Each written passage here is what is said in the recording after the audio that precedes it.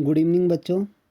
जैसे कि आप लोगों को ज्ञात है कि हम प्रतिदिन 7 बजे ऑनलाइन क्लासेस के माध्यम से अपना शिक्षण कार्य नियमित रूप से संचालित कर रहे हैं, आगे कंटिन्यू कर रहे हैं। उसी सिलसिले को आगे बढ़ाते हुए हमने इससे पूर्व भारतीय चित्रकला एम.एफ. हुसैन के बारे में जाना था, उनकी जीवन परिचय, उनका कला के प्रति रुझान और उनका कला के प्रति और संपूर्ण जीवन उन्होंने जिस प्रकार से कला के प्रति अपना योगदान दिया और भारतीय चित्रकला में उनका कितना बड़ा योगदान रहा, ये चीज़ों के बारे हमने सिलसिलेवार तरीके से पढ़ा और समझा। आज उसी क्रम को आगे बढ़ाते हुए आज हम एक मशहूर चित्रकार हुए हैं हमारे भारतीय इतिहास में और जिसे हम जामनी राय के बारे में आज हम पढ़ेंगे। उनकी बायोग्राफी क्या है, किस प्रकार से उन्होंने कला के क्षेत्र में अपना योगदान दिया और वो भारत के चित्रकारों की श्रेणी में किस स्थान पर उनका स्थान आता है और उन्हें किस प्रकार से एक अंतर्राष्ट्रीय स्तर पर ख्याति प्राप्त हुई। सिलसिलेवार क्रम को आगे बढ़ाते हुए हम वीडियो को आगे बढ़ाते हैं और मेरे साथ ही आप नोट्स भी तैयार करते रहिएगा। जिस प्रकार से आपको लगे कि ये महत्वपूर्ण नोट्स हैं उन्हें क्रम वाइज उतारते रहिए अपने कॉपी में।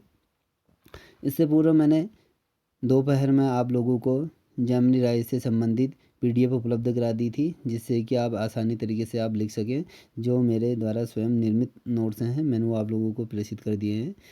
इसी सिलसिले को आगे बढ़ाते हुए अब हम जामनी राय के जीवन के बारे में प्रकाश डालते हैं।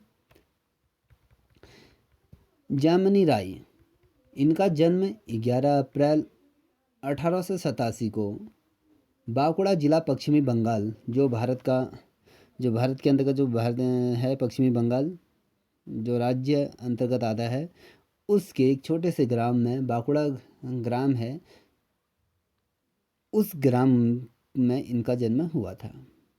यदि समटाइम इनके बारे में हम बात करें, पश्चिमी बंगाल का एक जो छोटा सा जिला है बांकुड़ा, उस ग्राम में उस जनपद के एक सुदूर क्षेत्र में इनका जन्म हुआ और इनकी मृत्यु की बात करें तो 24 अप्रैल 1972 को कोलकाता में इनका निधन हुआ। अब यदि हम इनकी कार्य क्षेत्र की बात करें तो इनका कार्य क्षेत्र चित्रकला के अंतर्गत आता है। इनका पूरा जीवन चित्रकला के प्रति समर्पित रहा और चित्रकला के प्रति इनका रुझान बड़ा ही अविरल रहा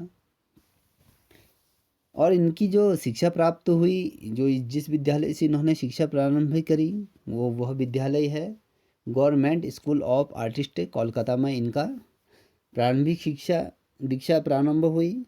मैट्रिक, हाई स्कूल इत्यादि उच्च शिक्षा भी इन्होंने कोलकाता में रहते हुए प्राप्त की।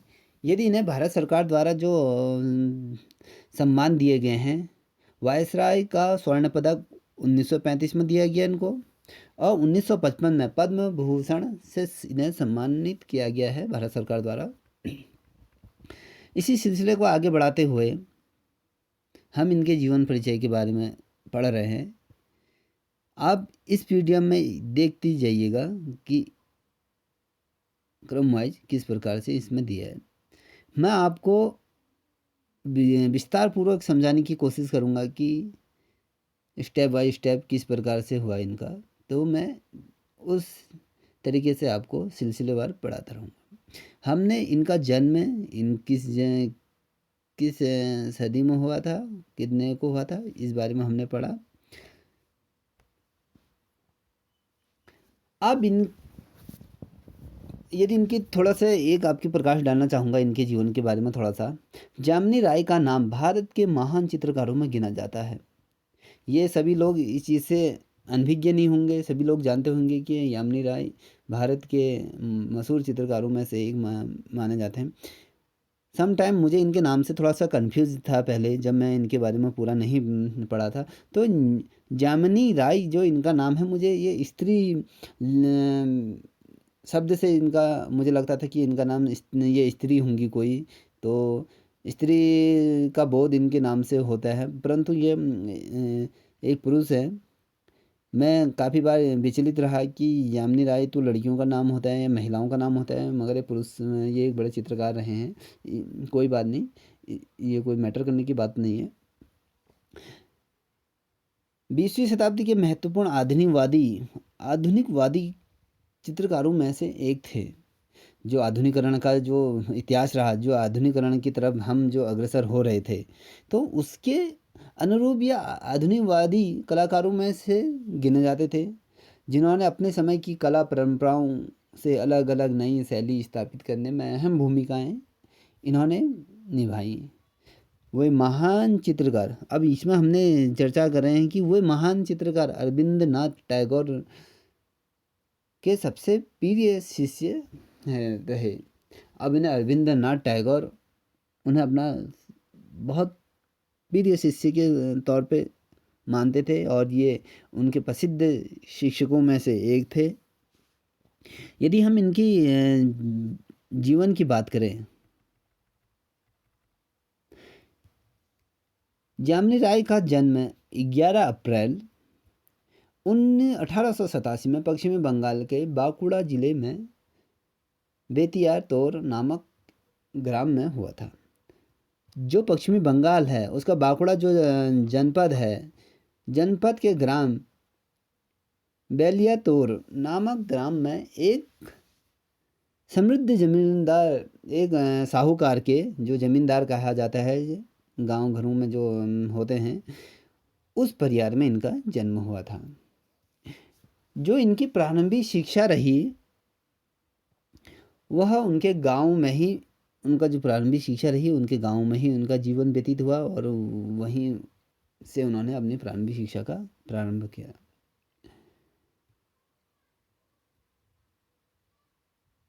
जब ये गांव में ही इन्होंने अपना जो जीवन व्यतीत किया, जिसका असर इनके आरंभिक वर्षों में, इनके आरंभिक जो कार्य हुए उन पे पड़ा।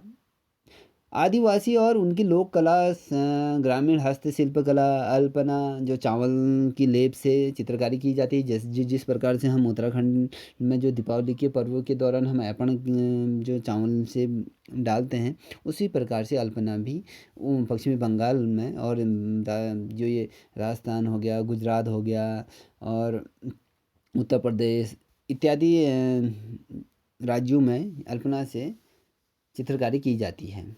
तथा पटुआ ने कला और चित्रकारी के प्रति यामिनी की प्रारंभिक रुचि जगाई। अभी इनकी जो प्रारंभिक जो रुचि की बात करें, पटुआ ने, जो पटुआ होते हैं, उन्होंने कला और कलाकारी के प्रति यामिनी की प्रारंभिक रुचि जगाई कहते हैं। सन 1903 में जब यामिनी राय 16 वर्ष की आयु में कोलकाता के गवर्नमेंट स्कूल ऑफ आर्ट में जब इनका दाखिला हुआ, जहाँ के प्रधानाचार्य के तौर पे पर्सी ब्राउन थे, जब इनका कहते हैं, जब इनका प्रारंभिक जो शिक्षा, जब इनकी दाखिला हुआ कोलकाता में, तो जिस विद्यालय में इनका एडमिशन हुआ, उस विद्यालय के प्राचार्य पर्सी ब्राउन थे। पर्सी ब्राउन वो भी बहुत भारत के बहुत बड़े चित्रकार रहे हैं। उन्होंने भी अपने जीवन में बहुत सारे चित्र जो ना, वो भी एक बहुत चित्रकार की श्रेणी में आते हैं। उनके बारे में चर्चा हम आगे धीरे धीरे करेंगे। बंगाल स्कूल ऑफ आर्ट के संस्थापक रविंद्रनाथ टैगोर इस विद्यालय के उप प्रधानाचार्य थे। कहने का तात्पर्य है, जब इनका जो 16 वर्ष की आयु में जब यामिनी राय कोलकाता के गवर्नमेंट स्कूल ऑफ आर्ट में इन्होंने जब दाखिला लिया, तो उस विद्यालय के जो प्रधानाचार्य थे वो पर्सी ब्राउन थे। और बंगाल स्कूल ऑफ आर्ट के संस्थापक, जो बंगाल आर्ट ऑफ स्कूल था, उसके जो संस्थापक थे वो थे आपके अरविंद नाथ टैगोर इस विद्यालय के उप प्रधानाचार्य थे। कहने का तात्पर्य है कि जब प्रधानाचार्य के बाद जो उप प्रधानाचार्य होते हैं वो थे आपके अरविंद्रनाथ टैगोर। यहाँ उन्होंने मौजूदा शिक्षा पद्धति में पेंट करना सीखा। जब इन्होंने जिस विद्यालय में इन्होंने अपना दाखिला लिया था उस विद्यालय में उन्होंने जो इन्होंने सीखा पेंट करना, किस प्रकार से पेंट किया जाता है, या हम इमारतों की लकड़ी में कहे जाए या दरवाजों में कहे जाए या किसी चीज़ को रंगना या मटके को पेंट करके उसमें किस प्रकार की कलात्मकता प्रदर्शित की जाती है, ये उन्होंने वहाँ पर सीखा। इनकी जो प्रारंभिक शिक्षा जो रही तो बड़े बड़े जो भारत के जो मशहूर चित्रकार हैं जिन्होंने अपना चित्रकारी के क्षेत्र में बहुत बड़ा नाम है, उनके सानिध्य में इन्होंने पेंट करना सीखा। यहाँ उन्होंने मौजूदा शिक्षा में पेंट करना तो सीख लिया और 1908 के तकरीबन इन्हें वहाँ से डिप्लोमा इन फाइन आर्ट में इन्हें डिप्लोमा दे दिया गया। 1908 की बात कर रहे हैं हम, उनको डिप्लोमा दे दिया गया और इन्होंने 1908 में वहाँ से कोलकाता से फाइन आर्ट में डिप्लोमा प्राप्त कर लिया। और गवर्नमेंट स्कूल ऑफ आर्ट में इन्हें जो प्रशिक्षण दिया गया और वहाँ इन्होंने प्रशिक्षण लिया, इन्हें प्रशिक्षण दिया गया और जामिनी राय को चित्रकारी की विभिन्न तकनीकों में परंपरागत होने के कहने का तात्पर्य है जामिनी राय चित्रकारी के क्षेत्र में विभिन्न कलाओं में निपुण थे, मगर उन्हें हर तकनीक से वो परिचित थे। उन्हें हर तकनीक को करने के लिए किसी चीज़ की मदद की ज़रूरत नहीं थी। उन्हें चित्रकारी और अलग अलग तकनीक करने की जो रुचि थी वो बचपन से ही थी। जब उन्होंने कोलकाता आर्ट स्कूल में जब ये रहे तो उन्होंने विभिन्न माध्यमों में तकनीकों में अपना कार्य प्रारंभ करा और वहाँ इन्होंने कलात्मक तरीके से अपना आगे का चित्रण कार्य करा। ये रही इनकी प्रारंभिक शिक्षा की बात। अब उन्होंने प्राकृतिक चित्रण एवं प्राकृतिक दृश्य से अपने चित्रकारों का आरंभ किया। कहने का तात्पर्य है प्रकृति से संबंधित, प्रकृति के प्रति इनका प्रेम था और उन्होंने प्राकृतिक दृश्यों का चित्रण अपने चित्रकारी का पहले प्राथमिकता में रखी। जो मान लीजिए कोई चित्रकार अपनी किसी चीज़ में यदि अपने आप को प्रूव करता है, उसका कोई ना कोई माध्यम होता है। यदि मैं कहूँ कि यदि मैं चित्रकारी करूँ तो चित्रकारी का माध्यम मुझे चुनना पड़ेगा, मैं एक्रेलिक कलर से करूँ या वॉल पेंटिंग से करूँ, मैं लैंडस्केप करूँ या पोर्ट्रेट में करूँ, या मैं नेचुरल चित्रकारी करूँ, या मैं छाया चित्रकारी करूँ, या दर्पण चित्रकारी करूँ, या वस्तु चित्रण करूँ, या मानव चित्रण करूँ। ये कलाकार की रुचि पे निर्भर करता है। ये चीज़ें जब कलाकार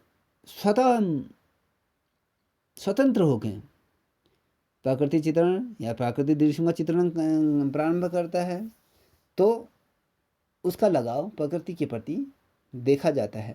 उसी प्रकार से प्राकृतिक चित्रण एवं प्राकृतिक दृश्यों, एक तो प्राकृतिक चित्रण की जो प्रकृति के तौर पे कहीं पर दर्शाया गया है और एक प्राकृतिक दृश्य जिसे हम अपने उसमें कुछ अपनी चीज़ें ऐड कर सकते हैं, किस प्रकार का वो चित्रांकन किया जाता है।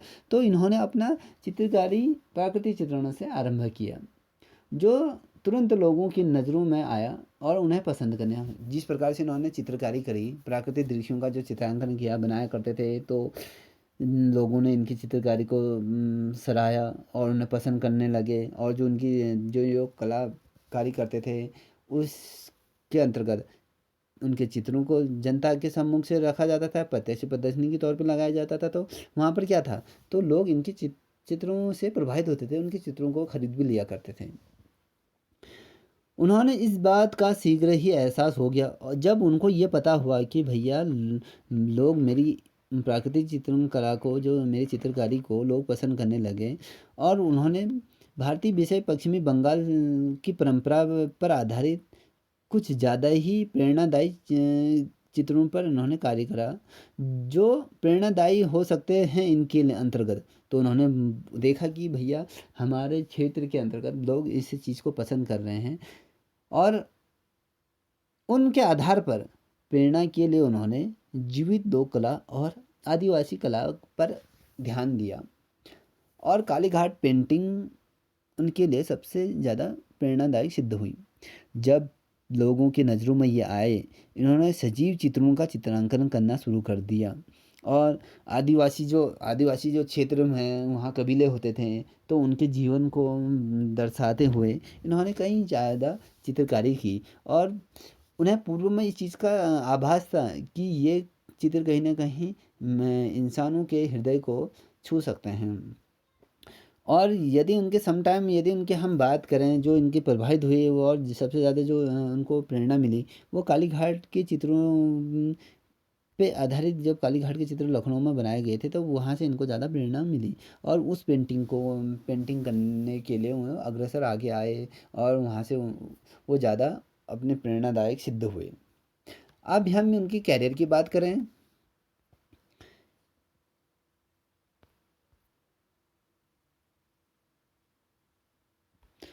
यदि हम उनके करियर की बात करें तो कोलकाता के गवर्नमेंट स्कूल ऑफ आर्ट से इन्होंने अपनी पढ़ाई के बाद पेंटिंगों और पेंटिंग बनाने का काम नियमित रूप से मिलता रहा।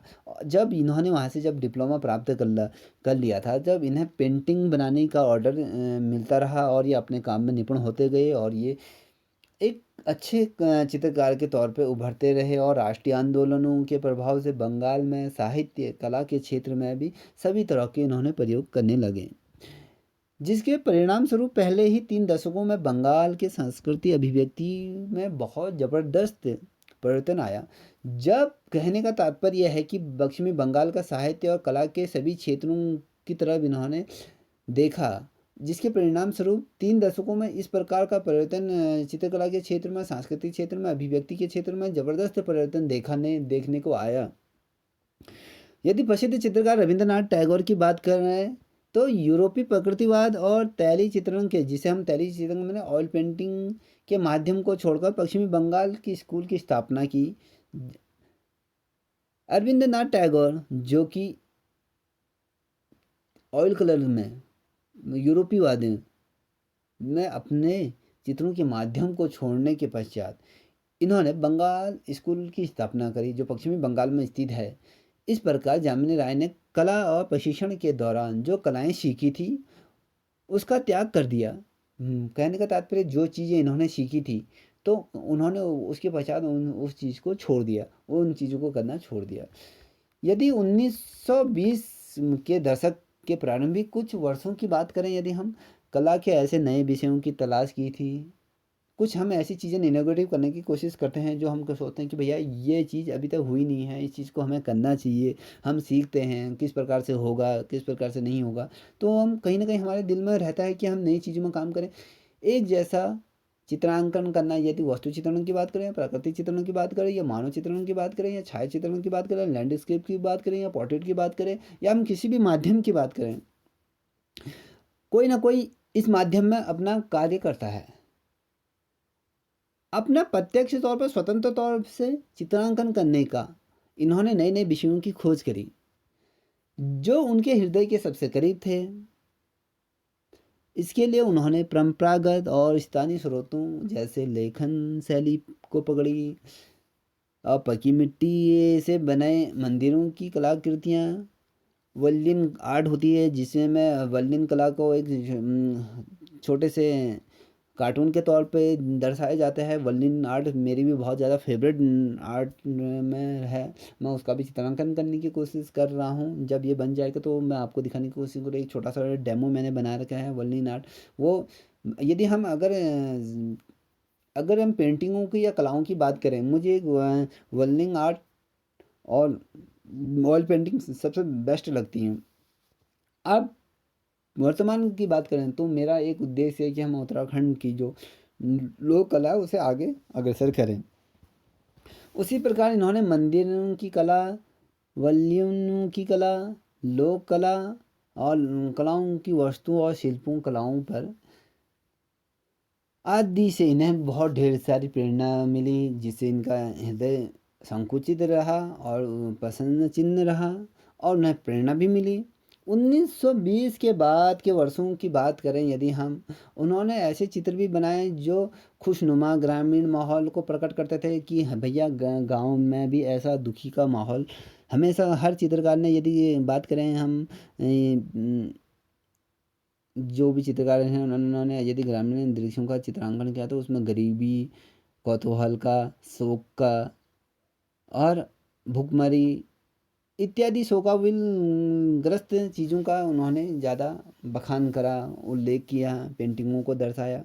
मगर ये पहले चित्रकार रहे जिन्होंने ग्रामीण दृश्यों में खुशनुमा माहौल को दर्शाया और ग्रामीण माहौल को जिस प्रकार से इन्होंने प्रकट करा, ग्रामीण क्षेत्र के बीच जाकर इन्होंने देखा कि किस प्रकार से उल्लास के साथ जीवन व्यतीत किया जाता है, किस प्रकार से लोग अपने जीवन को किस प्रकार से खुशी के साथ जीते हैं।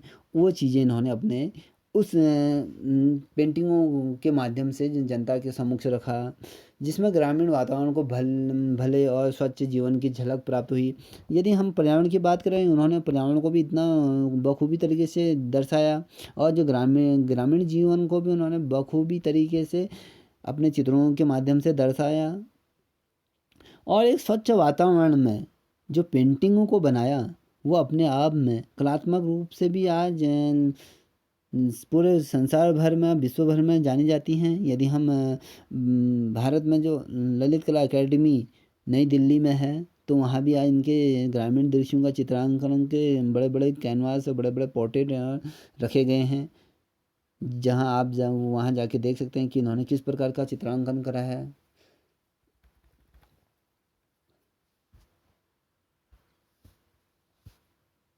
इस काल के बाद उन्होंने अपनी जड़ों से जुड़ी हुई वस्तुओं को अभिव्यक्ति देने का प्रयास करे। जो इनसे जुड़ी हुई चीज़ें थी, जिस काल के दौरान ये चित्रांकन कर रहे थे, जहाँ से इनकी जड़ें जुड़ी थी, उन वस्तुओं को अभिव्यक्ति के तौर पे प्रदर्शित करने का प्रयास इन्होंने बखूबी तरीके से किया। कहते हैं कि प्लाउड मैन एक्ट सेमेन प्रेफर वान गो सेल्फ पोर्ट्रेट विदित मैन ड्राइग बिल्डियल आदि उनके रचनाओं में भी सम्मिलित रहे हैं। जो इन्होंने जिन चीज़ों की हम बात कर रहे हैं, वैन डाइक बिलियर्ड उनके प्रारंभिक जीवन के बहुत ज़्यादा करीब रहे हैं। यदि हम जामिनी राय की बात करें, उन्होंने धीरे धीरे महसूस किया कि ना तो प्रत्यक्ष तकनीक और ना ही रविंद्रनाथ टैगोर की बंगाल शैली ने उन्हें आकर्षित करती थी। जो चीज़ें थी बंगाल की तकनीकी क्षेत्र की बात करें, तो वो कहीं ना कहीं इनको आपस में खींचती थी। और 1920 के दशक में उनके जीवन में एक बहुत महत्वपूर्ण मोड़ आया, जब राष्ट्रीय आंदोलन में इन्होंने अपनी कला की अभिव्यक्ति नई शैली की खोज में योगदान दिया। जब 1920 के दशक में जब इनके जीवन में एक टर्न आया, कहने का मतलब है एक नया सवेरा जब इनके जीवन में प्रवेश किया, जीवन में जब आया, तो समटाइम देखा जाता था कि भैया कि किस प्रकार से इन्होंने अपने जीवन की शैली की के अंतर्गत अपना योगदान दिया। तो जब अभिव्यक्ति की नई शैली की खोज में इन्होंने जो योगदान दिया, यह एक शैली थी जिसने उनके आत्म और भावात्मक रूप से जुड़ पाए थे। जैसे जैसे वह मूल रूप विधान और प्राथमिक रंगों से जुड़े गए, उनकी कला अत्यधिक सजात्मक और सजीव और चित्रांकन तौर पे हुई। यदि इनकी हम रंगों की बात करें या चित्रांकन की बात करें, जो इन्होंने आत्म स्वरूप और भावात्मक रूप से किया, जैसे जैसे वह मूल विधान और प्राथमिक रंगों से जुड़े, उनकी कला आध्यात्मिक और सृजनात्मक, प्रतीकात्मक, प्रकृति चित्रणात्मक की तौर पे उभर के सम्मुख आई। ठीक है बच्चों।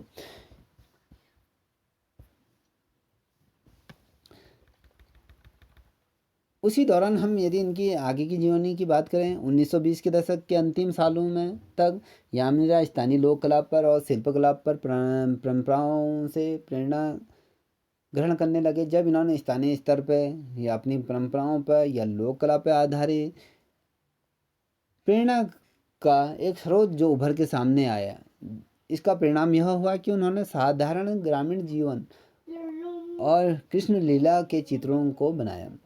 कहते हैं कि इन्होंने कृष्ण लीला का चित्रांकन किया, जो अपने आप में बहुत खूबसूरत सजीव चित्रांकन के तौर पे इन्होंने जो दर्शाए चित्र की लीला, जो कृष्ण की लीलाओं को, वो अद्भुत हैं। और महान ग्रंथों के दृश्यों के क्षेत्र में लोक कला की महान हस्तियों को चित्रित किया और पशुओं को भी बड़े विनोदात्मक तरीके से प्रस्तुत करा। कहने के तलब इन्होंने जो इनकी दिलचस्पी जिस चीज़ में थी, उन्हें एक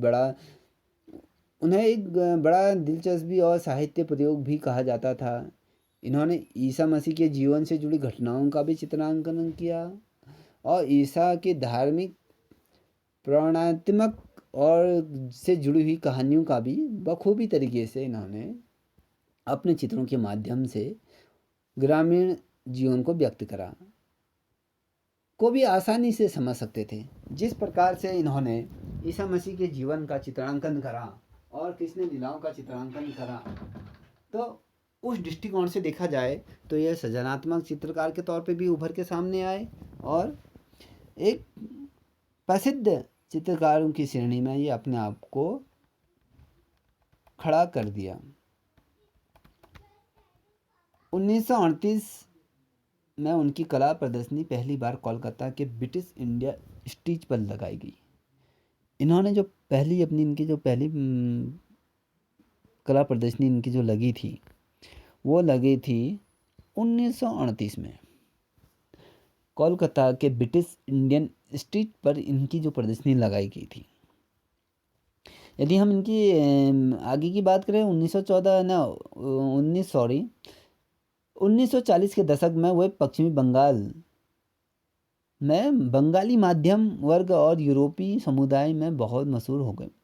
कहने का तात्पर्य यह है, जिस क्षेत्र में जिस राज्य के अंतर्गत रहे बंगाली, जहाँ पर बंगालियों की संख्या बहुत ज़्यादा है, और इन्होंने अपने ही क्षेत्र के जो लोक कला और ग्रामीण जीवन और प्राकृतिक चित्रों का जो वस्तु सजीव चित्रांकन किया, लोक कला पर आधारित सुलेखन के तौर पे या शिल्प कला के आधार पे, और ये बंगाल में बहुत मशहूर चित्रकार के तौर पर उभर के सामने आए और इन्हें संपूर्ण भारत के विभिन्न विभिन्न राज्यों में या क्षेत्रों में लोग इन्हें जानने लगे। 1946 में उनके कला प्रदर्शनी लंदन में आयोजित की गई। कहने का तात्पर्य है कि जब ये 1946 में इनकी प्रदर्शनी जब लगाने की बात आई, तो इनकी प्रदर्शनी का एक आयोजन लंदन में करा गया।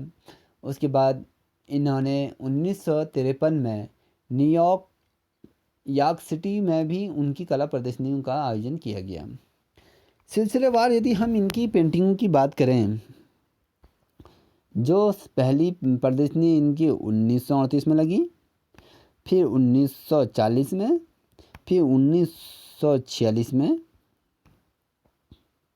1946 के पश्चात 1953 में लंदन में लगी। उसके बाद 1954 में इन्हें भारत सरकार द्वारा पद्म विभूषण से सम्मानित किया गया और कई अंतर्राष्ट्रीय मंचों पे उनकी कला का व्यापक प्रदर्शन हो चुका था, जो कि अपने आप में बहुत ज़्यादा महत्वपूर्ण ही नहीं, अपितु संसार भर में इनकी कला का वाहवाही हो रही थी और इनकी कला को संसार भर में लोग जानने लगे हैं किस प्रकार के चित्रांकन करते हैं।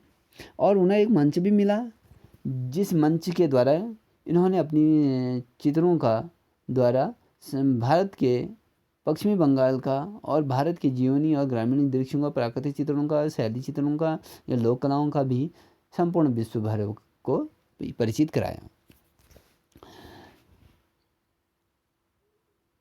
यदि इनकी पेंटिंगों की बात करें, इनकी कलाकृतियाँ कई निजी और सार्वजनिक संग्रहालयों जैसे विक्टोरिया और अल्बर्ट म्यूजियम लंदन में भी इनकी पेंटिंग देखी जा सकती हैं। हम ये नहीं कह सकते हैं कि भैया इनकी पेंटिंग इंडिया में ही तक ही सीमित है। इंडिया में नहीं, भारत को छोड़कर संपूर्ण विश्व में इनकी पेंटिंगों का अलग अलग संग्रहालयों में दर्शाया गया। लंदन में रखी गई है इनकी पेंटिंग, और जो लंदन का जो सबसे बड़ा संग्रहालय है जिसे हम कहते हैं विक्टोरिया और अल्बर्ट म्यूजियम, लंदन में इनकी प्रदर्शनी को जब देखा गया था तो वहाँ इनकी कुछ पेंटिंगें आज भी रखी गई। लंदन के जो म्यूजियम है वहाँ पर कोई छोटे मोटे आर्टिस्टों की पेंटिंगों को दर्शाया नहीं जाता है। वहाँ पर जो अपने आप में प्रसिद्ध है, जो पेंटिंगें किसी समाज को किसी प्रकार का संदेश देते हैं, जो अपने आप में सर्वगुण संपन्न जो पेंटिंग होती हैं, एक लेवल रहता है जो पेंटिंगों का, उन पेंटिंगों को वहाँ दर्शाया जाता है, चाहे वो किसी भी क्षेत्र से संबंधित क्यों ना हो। अब हम इनके पुरस्कारों की बात करते हैं, इन्हें किस प्रकार के पुरस्कार प्राप्त हुए। ठीक है, 1934 में उन्होंने mother helping the child to cross a पुल चित्र के लिए वायसराय का स्वर्ण पदक प्रदान किया गया। 1934 में वायसराय का स्वर्ण पदक इन्हें प्राप्त हुआ। उसके पश्चात 1954 में भारत सरकार ने इन्हें पद्म भूषण से सम्मानित किया गया। और 1954 की बात करें तो इन्हें पद्म विभूषण से सम्मानित किया गया था। 1955 में उन्हें ललित कला अकादमी दिल्ली ने पहला फेलो पुरस्कार सम्मान दिया और उनके लिए वो सम्मान को बनाया गया। और 1976 में भारतीय पुरातत्व सर्वेक्षण संस्कृति मंत्रालय और भारत सरकार द्वारा अनेक बहुमूल्य कृतियों से इनको घोषित किया गया, जो अपने आप में बड़े सम्मान की बात होती है। अभी तक ये सम्मान किसी भी कलाकार को प्राप्त नहीं हुआ जो इनको प्राप्त हुआ है। इसी सिलसिले को आगे बढ़ाते हुए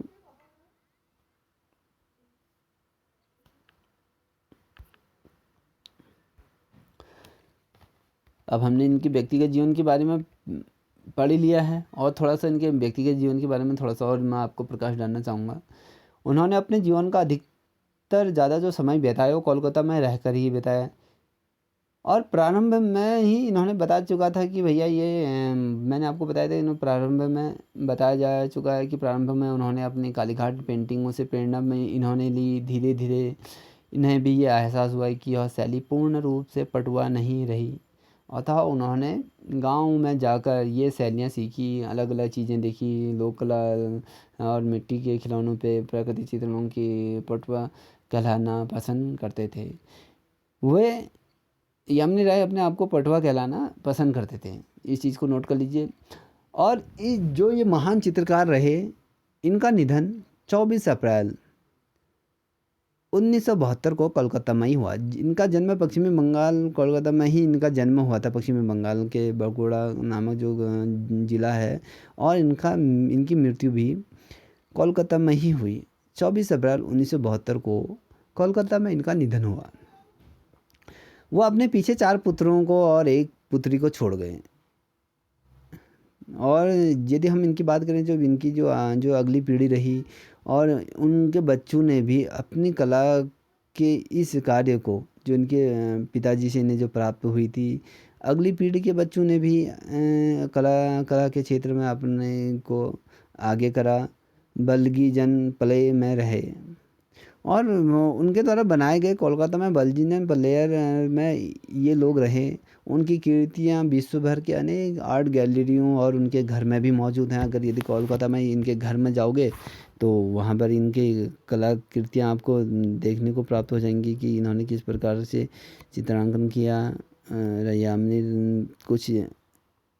कुछ पेंटिंगें हैं ये इन्होंने जो ये बनाई हैं। देखिए ये अपने आप में काफ़ी मशहूर पेंटिंग है, जो ये भारतीय संग्रहालय नई दिल्ली में भी रखी गई हैं। आप जाके इसे देख सकते हैं।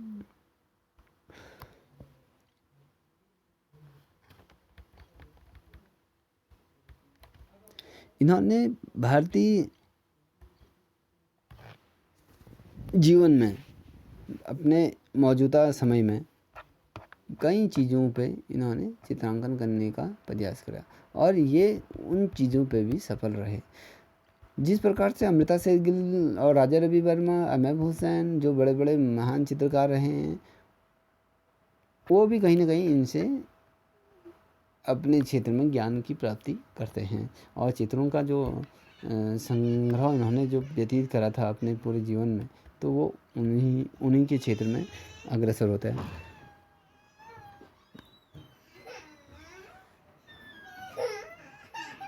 यदि हम इनकी चित्र शैली की बात, इन्होंने जो चित्र बनाए हैं, उन्होंने 3 लड़कियां बनाई, लोक कला पे आधारित बनाए, रामायण के बनाए, कृष्ण लीला पे आधारित चित्र बनाए और वीर भूमि, मीर हुल बदन पटुआ चित्रों पर इन्होंने चित्रांकन किया। यूरोपीय तैलीय चित्रण पर इन्होंने काली करा, बंगाल शैली पे करा, काली घाट के जो चित्रांकन करे वहाँ पर इन्होंने करा। और इन्होंने डांस करते हुए लोग चित्रों पर भी इन्होंने चित्रांकन करा। बालक और माँ पे इन्होंने एक चित्र बनाया, बालक और माँ का। काफ़ी चित्र उन्होंने अपने समय बनाए हैं जो बहुत प्रसिद्ध हुए हैं। बंगाल वुमन के नाम से इन्होंने जो चित्र बनाए हैं वो भी अपने आप में एक, इन्होंने जो एक क्वेश्चन इनका हमेशा आता है वो आता है 3 लड़कियां नाम इन्होंने चित्र बनाए। इन्होंने गोपनीय कपड़े पर डिस्क्राइब ऑफ लेडी का भी चित्रांकन इन्होंने बनाया है। जल भरती हुई सरोवर पर जाती हुई गर्ल्स का इन्होंने चित्रांकन करा है।